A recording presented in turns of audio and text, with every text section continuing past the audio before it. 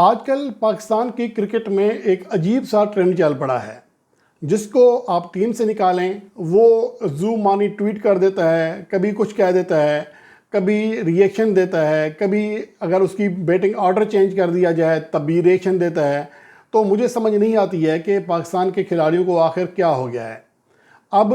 ماضی میں تو بہت مثالیں ملتی ہیں، ماضی قریب کی بات بھی کر لیں تو اعظم خان نے ایک ایسی ہی دھمکی دی تھی کہ اگر پی سی بی نے مجھے پراپر مواقع نہیں دینے تو مجھے بتا دے تاکہ میں کوئی اور راستہ اختیار کروں، یعنی ریٹائرمنٹ لے لوں اور صرف T20 لیگز کھیلوں۔ اور جب شاہین افریدی کو کیپٹنسی سے ہٹایا گیا تو ایک عجیب و غریب انہوں نے ٹویٹ کی تھی کہ مجھ سے میں جب بکھر جاؤں تو فلاں فلاں، تو یہ بڑا وہ یاد ہے آپ کو۔ اور اس کے علاوہ محمد حارث بھی لگ بھگ اس طرح کی سوچ رکھتے ہیں، اس طرح کا انٹرویو دے رہے ہیں۔ تو یہ صورتحال بڑی عجیب و غریب ہے، یہاں تک کہ بعض اوقات سوشل میڈیا پر تھوڑی سی مہم چلتی ہے، ایک دو کھلاڑی ان کا نام لیتے ہیں تو یہ کھلاڑی آپس سے باہر ہو جاتے ہیں۔ اب میں مثال دیتا ہوں شاہ نواز دھانی، جس کی فی الحال آخری میچ میں تو چلیں پھر بھی وکٹیں لے لی ہیں جو فرسٹ کلاس میچ چل رہے ہیں، ورنہ ان کی حالیہ 2 سالوں میں کوئی پرفارمنس نہیں ہے، لیکن ان کو بھی لگتا ہے کہ ان کے ساتھ زیادتی ہو رہی ہے، وہ تو محمد عامر سے، شاہین افریدی سے بڑے بولر ہیں۔ اب خود کو سمجھنے سے کیا ہوتا ہے؟ اصل چیز یہ ہے کہ آپ کے بارے میں دوسرے کیا رائے رکھتے ہیں، خاص طور پر جو کرکٹ پر گہری نگاہ رکھتے ہیں، جو سلیکٹرز ہیں، جو ماہرین ہیں، وہ کیا سوچتے ہیں۔ اب میں عامر جمال کی بات کروں تو عامر جمال نے بلا شک و شبہ بہت اعلیٰ کلاس کی پرفارمنس دی تھی دورہ آسٹریلیا میں، جہاں پر پاکستان نے 3 ٹیسٹ میچز کھیلے تھے۔ اب ان 3 ٹیسٹ میچوں میں انہوں نے 18 وکٹیں حاصل کی تھیں، جو کہ وہاں پر 3 ٹیسٹ میچز کی سیریز میں ایک دورہ آسٹریلیا میں کسی بھی پاکستانی بولر کی جانب سے حاصل کردہ مشترکہ طور پر سب سے زیادہ وکٹیں تھیں۔ انہوں نے عمران خان کا اور مشتاق احمد کا ریکارڈ برابر کیا تھا۔ لیکن مسئلہ یہ ہے کہ وہاں ایک پرفارمنس دینے کے بعد ان کی ایک آل راؤنڈر کی جو چھاپ ہے ان کے اوپر لگی، کیونکہ انہوں نے ایک 82 رنز کی شاندار اننگز کھیلی تھی اور ایک بار وہ 33 رنز بنا کر ناٹ آؤٹ رہے تھے۔ جب وہ کریز پر آئے تھے تو ٹیم بڑی مشکل صورتحال سے 2-4 تھی، لیکن ان کی شاندار بیٹنگ کی وجہ سے وہ پاکستان ٹیم ایک اچھا سکور کرنے میں کامیاب ہو گئی تھی۔ تو بیٹنگ میں اور بولنگ میں شاندار پرفارمنس دینے کے بعد ایک حقیقی آل راؤنڈر کے طور پر عامر جمال ابھرے تھے، اور یہ سوچ پائی جاتی تھی کہ پاکستان کو ایک کافی عرصے کے بعد فاسٹ بولرز میں ایک اچھا آل راؤنڈر مل گیا ہے، اور اسی امید کے ساتھ، اسی توقعات کے ساتھ انہیں دورہ نیوزی لینڈ میں دوبارہ T20 فارمیٹ میں موقع دیا گیا، جہاں وہ پہلے ناکام ہو چکے تھے۔ لیکن دورہ نیوزی لینڈ میں پہلے 2 میچز میں جو ان کی کارکردگی رہی وہ انتہائی زیادہ مایوس کن رہی، جس کی وجہ سے انہیں کہا جا سکتا ہے کہ انہیں ایک بار پھر باہر کا راستہ دکھایا گیا۔ حالانکہ وہ اگر پاکستان سپر لیگ میں اچھی پرفارمنس دے دیتے تو شاید ان کی T20 لیگ میں واپسی ہو سکتی تھی۔ عامر جمال دورہ نیوزی لینڈ میں بیٹنگ میں کسی حد تک تھوڑی سی کچھ ٹچ دکھانے میں کامیاب رہے۔ پہلا T20 میچ 7 گیندوں پر 1 چوکا 1 چھکا لگایا، 14 رنز بنا کر ناٹ آؤٹ رہے۔ دوسرے میچ میں وہ 1 چھکے سمیت 8 گیندوں پر 9 رنز کر سکے، لیکن بولنگ جو کہ ان کا اصل شعبہ ہے وہاں پر وہ بری طرح فلاپ ہوئے۔ پہلے میچ میں کوئی وکٹ حاصل کیے بغیر 4 اوورز میں 55 رنز دیے، یعنی 13.75 رنز فی اوور، لگ بھگ 14 رنز فی اوور، اور یہ کٹائی کوئی کپتان برداشت نہیں کرتا۔ اس کے باوجود شاہین افریدی جو کہ کیپٹن تھے، انہوں نے اگلے میچ میں عامر جمال کو موقع دیا۔ اس میں وہ صرف 1 وکٹ تو حاصل کر سکے، لیکن اپنے کوٹے کے 4 اوور میں 10.5 رن فی اوور کے اکنامی ریٹ سے 42 رنز دیے،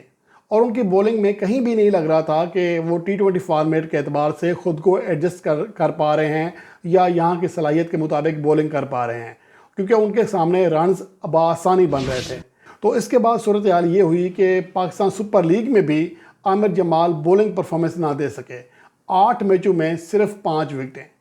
اور فی اوور 11 سے زیادہ رنز دیے، جس کے باوجود اب ان کو لگتا ہے کہ وہ T20 فارمیٹ میں کھیلنے کے اہل ہیں، ان کے ساتھ ناانصافی کی جا رہی ہے۔ اور اگر حقیقت پسندی سے دیکھا جائے تو ٹیسٹ فارمیٹ میں تو آؤٹ کلاس پرفارمنس دی ہے ایک سیریز میں جو کہ ان کی ڈیبیو سیریز تھی،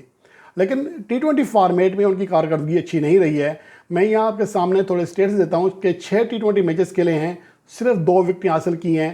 فی وکٹ کے لیے 93 سے زیادہ رنز دیے، اور 11 رن فی اوور ان کا اکنامی ریٹ بنتا ہے۔ اور دوسری اہم بات یہ ہے کہ ان کا جو پہلا میچ تھا انگلینڈ کے خلاف، 2 اوور میں 13 رنز دیے، 1 وکٹ حاصل کی، اگلے اوور میں 2 اوور میں 30 رنز دیے۔ پھر لوکل جو چھوٹی ٹیمیں ہیں ایشین گیمز میں، وہاں پر ہانگ کانگ کے خلاف 2 اوور میں 18 رن دیے، پھر افغانستان کے خلاف 2.5 اوور میں 29 رن دیے، 10.23 ان کا اکنامی ریٹ رہا۔ اس کے بعد جو نیوزی لینڈ میں موقع ملا، آپ کو میں نے پہلے بتا دیا، دونوں میچوں میں بڑی بری پرفارمنس رہی،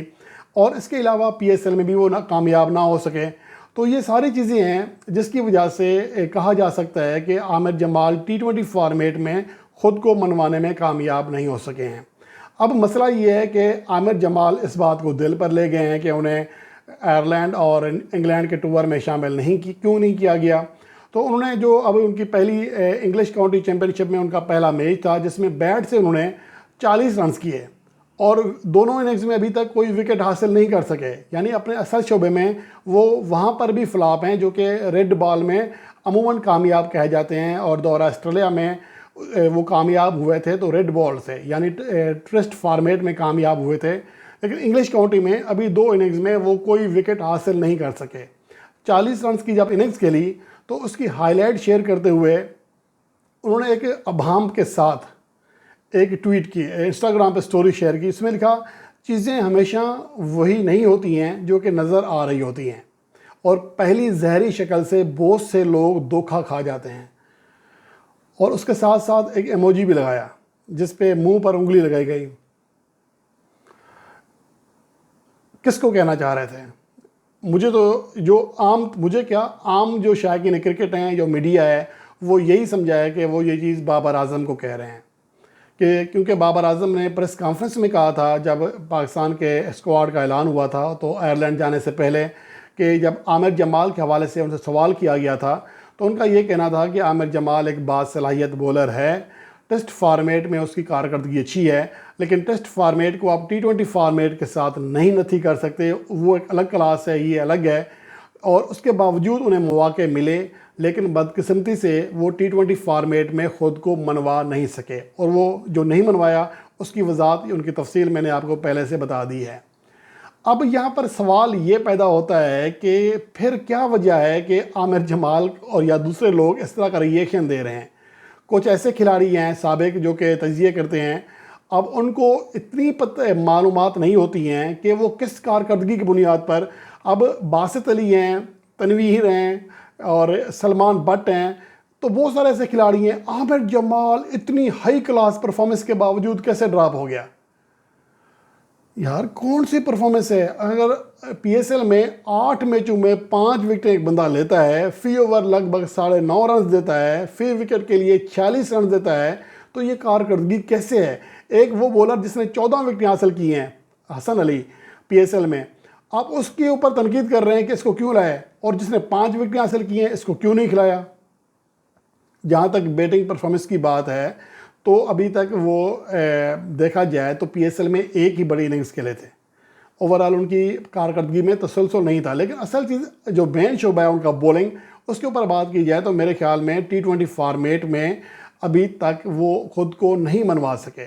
اور جہاں تک ٹیسٹ سیریز کی بات ہے تو دورہ آسٹریلیا ان کی پہلی سیریز تھی، اس میں وہ اچھی پرفارمنس دینے میں کامیاب رہے۔ اب دیکھنا یہ ہے کہ انگلش کاؤنٹی سیزن میں، اور جب پاکستان نے بنگلہ دیش کے خلاف ہوم سیریز کھیلنی ہے ٹیسٹ فارمیٹ کی، ظاہر سی بات ہے اس میں عامر جمال کو موقع ملے گا، کیونکہ آلریڈی وہ ٹیسٹ کرکٹ میں پرفارم کر کے آئے ہیں، تو وہ دیکھنا پڑے گا کہ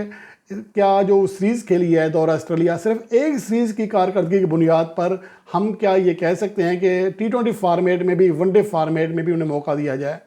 میں یہ نہیں کہتا کہ عامر جمال کو موقع نہیں دینا چاہیے، میں یہ کہہ رہا ہوں کہ ان کو اپنی کارکردگی بہتر کرنی چاہیے، پروف کرنا پڑے گا۔